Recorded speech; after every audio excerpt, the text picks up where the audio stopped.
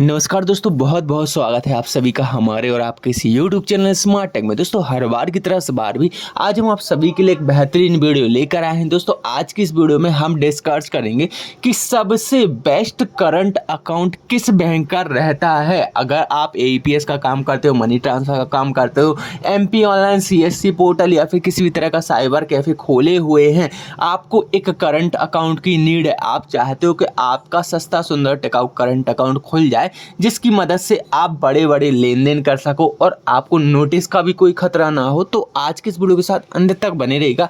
हम आपको इन्हीं सब पॉइंटों को ध्यान में रखते हुए एक निष्कर्ष निकालेंगे, तो वीडियो के साथ अंत तक बने रहेगा। साथ ही साथ चैनल पर नए हो तो चैनल को भी जरूर सब्सक्राइब कीजिएगा। तो चलिए दोस्तों वीडियो की शुरुआत करते हैं। दोस्तों यहाँ पर सबसे पहले तो मैं आपको बता दूं करंट अकाउंट काम किस तरीके से करता है, किन किन जरूरतों में, किन किन टाइप्स की ज़रूरतों में आपके लिए करंट अकाउंट उपयोगी साबित हो सकता है, ठीक है ना। तो देखिए करंट अकाउंट क्या होता है। करंट अकाउंट को हम हिंदी में बोलते हैं चालू खाता बोलते हैं, और सेविंग अकाउंट को हम बोलते हैं बचत खाता। अब दोस्तों आमतौर पर बैंक वाले आपको दो ही तरह के खाते दिखाते हैं कि भाई हमारे पास दो तरीके के खाते हैं, एक है बिजनेस रिलेटेड जो कि करंट अकाउंट है, एक है आपका सेविंग रिलेटेड जो कि सेविंग अकाउंट है। तो यहाँ पर अब आप बैंक जाओगे, बैंक वालों से बोलोगे कि भाई मैं एक काम करता हूँ, नौकरी करता हूँ या फिर बिजनेस करता हूँ या फिर छोटी मोटी दुकान चलाता हूँ या फिर मैं बेरोजगार हूँ, तो यहाँ पर मेरे लिए अकाउंट खोल दीजिए। तो यहाँ पर बैंक वाले क्या करते हैं, अगर आप बेरोजगार हो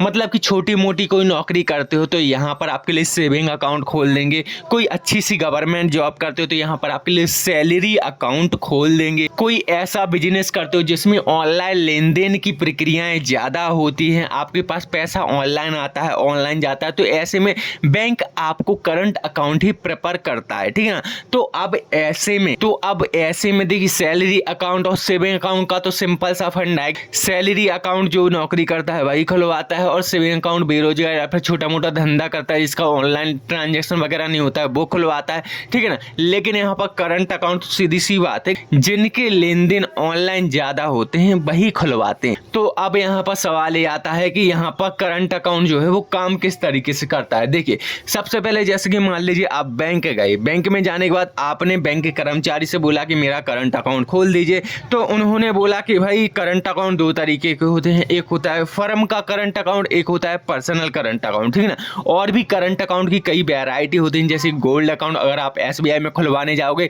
तो सबसे प्रीमियम अकाउंट जो माना जाता है वो गोल्ड अकाउंट माना जाता है। गोल्ड अकाउंट में आपको 1 lakh per month maintain balance बनाकर रखना होता है, ठीक है ना। तो इसी तरीके से अलग अलग स्टेप बाय के करंट अकाउंट दिए जाते हैं। अब इन करंट अकाउंट में होता क्या है, जैसे मान लीजिए आपने पर्सनल करंट अकाउंट खुलवाया, तो पर्सनल अकाउंट में बैंक वाले आपसे बोलेंगे कि भाई 5,000 रुपए पर मंथ आपको मेंटेन करके रखने हैं इस अकाउंट में।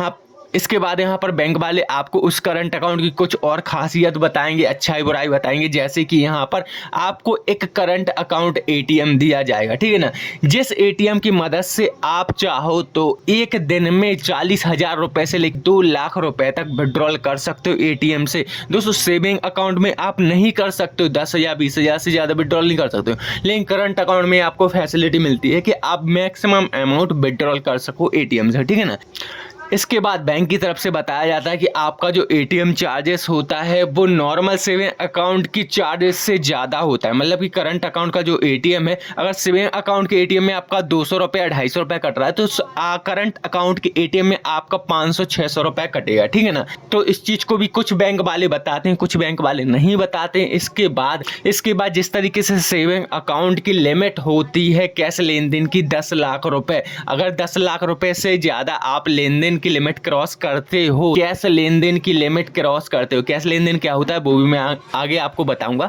तो यहाँ पर क्या होता है कि सेविंग अकाउंट होल्डर को यहाँ पर नोटिस भेज दिया जाता है, उसे जवाब देना होता है कि आपने क्या काम किया है, क्या काम नहीं किया है, हमें ब्यौरा दीजिए, किस चीज से रिलेटेड आपने यहाँ पर कैश लेन देन किया है, ठीक है ना। उसी के अपोजिट जो करंट अकाउंट होता है उसमें 10 लाख की जगह 20 लाख आपकी कैश निकासी की लिमिट होती है, ठीक है ना, कैश लेन देन की लिमिट होती है। लेकिन यहाँ पर अगर आप 20 लाख से ज़्यादा का लेन देन करते हो तो यहाँ पर लिमिट भले ही दुगनी होगी, लेकिन 20 लाख से ज़्यादा का लेन देन करोगे तो 2% आपका TDS कटेगा। मतलब कि अगर आपने 10,000 रुपये निकाले तो 200 रुपये TDS में कट जाएगा। तो यहाँ पर अब आप सोचोगे कि भाई ये जो TDS कटेगा वो तो वापस हो जाएगा, लेकिन ऐसा नहीं है। यहाँ पर उस TDS को वापस कराने के लिए आपको ITR फाइल करना होगा, पूरा डिटेल बताना होगा। ITR फाइल करते वक्त आपकी इनकम सोर्स 5 लाख से ज़्यादा नहीं है, तब जाकर आपका TDS वापस होता है, ठीक है ना। तो इसीलिए यहाँ पर अगर आपके ऑनलाइन लेन देन ज़्यादा हैं तो यहाँ पर आप करंट अकाउंट प्रेफर कर सकते हो अपने बिजनेस के लिए, ठीक है ना। अब यहाँ पर बात आती है कि कौन सा बेस्ट करंट अकाउंट है कि हम यहाँ पर खुलवा ले, सारी सुविधाएं दे और हमारा फुल सपोर्ट करें। तो दोस्तों यहाँ पर मैं सबसे पहले तो 2 कैटेगरी आपको बताता हूँ बैंकों की। पहला बैंक तो हो गया सरकारी बैंक, दूसरा बैंक हो गया प्राइवेट बैंक, ठीक है ना। सरकारी बैंक कौन से हैं अब इसको सुनिए। देखिए SBI, bank of Baroda, Canara bank, union bank, Canara bank, union bank, bank of India और भी कई ऐसे सरकारी बैंक है। आप गूगल पे सर्च करके देख सकते हो जितने भी सरकारी बैंक है। तो अब यहाँ पर मेरी बात ध्यान से सुन लीजिए कि जितनी भी सरकारी बैंक है इनमें आपको अपना करंट अकाउंट नहीं खुलवाना है। मैं ये नहीं बोल रहा हूँ कि इन बैंकों की सर्विसेज खराब है, सर्विस अच्छी है, लेकिन आप जब भी बैंक में जाओगे ना तो इन लोगों की एम्प्लॉय की सर्विस बहुत ही घटिया होती है। ये आपकी करंट अकाउंट से रिलेटेड किसी भी प्रॉब्लम को आसानी से सॉल्व नहीं करेंगे, आपको परेशान कर डालेंगे। तो इसीलिए मैं आपको एडवाइस दूंगा कि अगर आप करंट अकाउंट खुलवाने जा रहे हो तो गवर्नमेंट बैंक से तो दूरी रहें, क्योंकि यहाँ पर ज़्यादातर चांसेस होते हैं कि अगर आप गवर्नमेंट बैंक में अपना करंट अकाउंट खुलवाने जाओगे, पहली चीज़ तो वो आपको अकाउंट खोलते ही यहाँ पर इतना परेशान करेंगे कि ये लाओ, वो लाओ, फलाना लाओ, ठिकाना लाओ, तो आपको इतना परेशान कर डालेंगे कि आपको उस बैंक से नफरत हो जाएगी। दूसरी चीज़, यहाँ पर आपको कभी भी भविष्य में करंट अकाउंट से रिलेटेड कोई भी प्रॉब्लम आती है तो आपकी समस्या का समाधान नहीं होगा। अब आप खुद सोचिए, अगर आप करंट अकाउंट खुलवाते हो तो उसमें कम से कम 10-12 लाख रुपए तो रखोगे ही। अगर आप इतना पैसा रख रहे हो किसी बैंक में और आपको अच्छी सर्विस नहीं मिल रही किसी बैंक से तो आपका ही लॉस है ना। तो इसीलिए गवर्नमेंट बैंक से दूर ही रहें। अब यहाँ पर बात आती है क्या हमें प्राइवेट बैंक में यहाँ पर करंट अकाउंट खुलवाना चाहिए। तो यहाँ पर मैं आपको बता दूं कि हाँ, अगर आपका प्राइवेट बैंक अच्छा खासा डेवलप है, मतलब कि एक बड़ा प्राइवेट बैंक है जैसे कि HDFC, ICICI जैसे, एक्सिस बैंक जैसे बड़े प्राइवेट बैंक, इन बैंकों में अगर आप खुलवाना चाहो तो खुलवा सकते हो निश्चिंत होकर। देखिए होता क्या है कि मान लीजिए जो बैंक अमीर है तो अमीर है, उसमें आपका पैसा सेफ है ना। अगर जो बैंक गरीब है, प्राइवेट बैंक है, वो कल के दिन भाग जाता है तो भाई आपका पैसा डूब जाएगा। इसीलिए मैं आपको एडवाइस दूंगा प्राइवेट बैंक में तो खाता खुलवाइए, लेकिन यहाँ पर आप कोई ऐसा प्राइवेट बड़ा बैंक देखिए जो कि काफी अच्छा डेवलप हो आपके एरिया में या फिर आपके शहर में, तो उसी बैंक में खुलवाइए। मैंने खुद का अपना ICICI बैंक में अकाउंट खुलवा कर रखा है, वहाँ के एम्प्लॉय काफी अच्छे हैं। मेरा जब भी कोई पैसा फालतू में कट जाता है तो मैं तुरंत जाता हूँ, मेरा पैसा तुरंत रिफंड हो जाता है। हाँ देखिए, प्राइवेट बैंक आपका पैसा तो काटता है थोड़ा बहुत, लेकिन यहाँ पर ऐसा नहीं कि प्राइवेट बैंक खराब होता है। काफी अच्छा प्राइवेट बैंक होता है, आपको अच्छी सर्विसेज देता है, सबसे अच्छी चीज आपका पैसा सेव रहता है, ठीक है ना।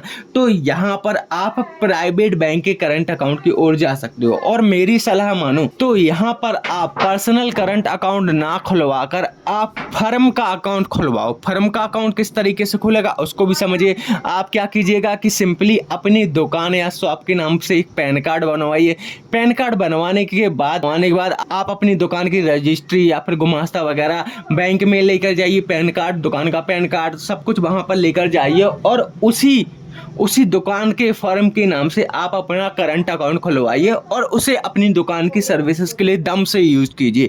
तो उम्मीद करता हूं दोस्तों आज की इस वीडियो में बताई गई डिटेल आपको पसंद आई होगी। अगर डिटेल पसंद आई तो वीडियो को लाइक कमेंट करना ना भूले, साथ ही साथ दिए गए इंस्टाग्राम ID पर ही फॉलो करें। तो चलिए दोस्तों आज की वीडियो में इतना ही, मिलते हैं नेक्स्ट वीडियो में। धन्यवाद।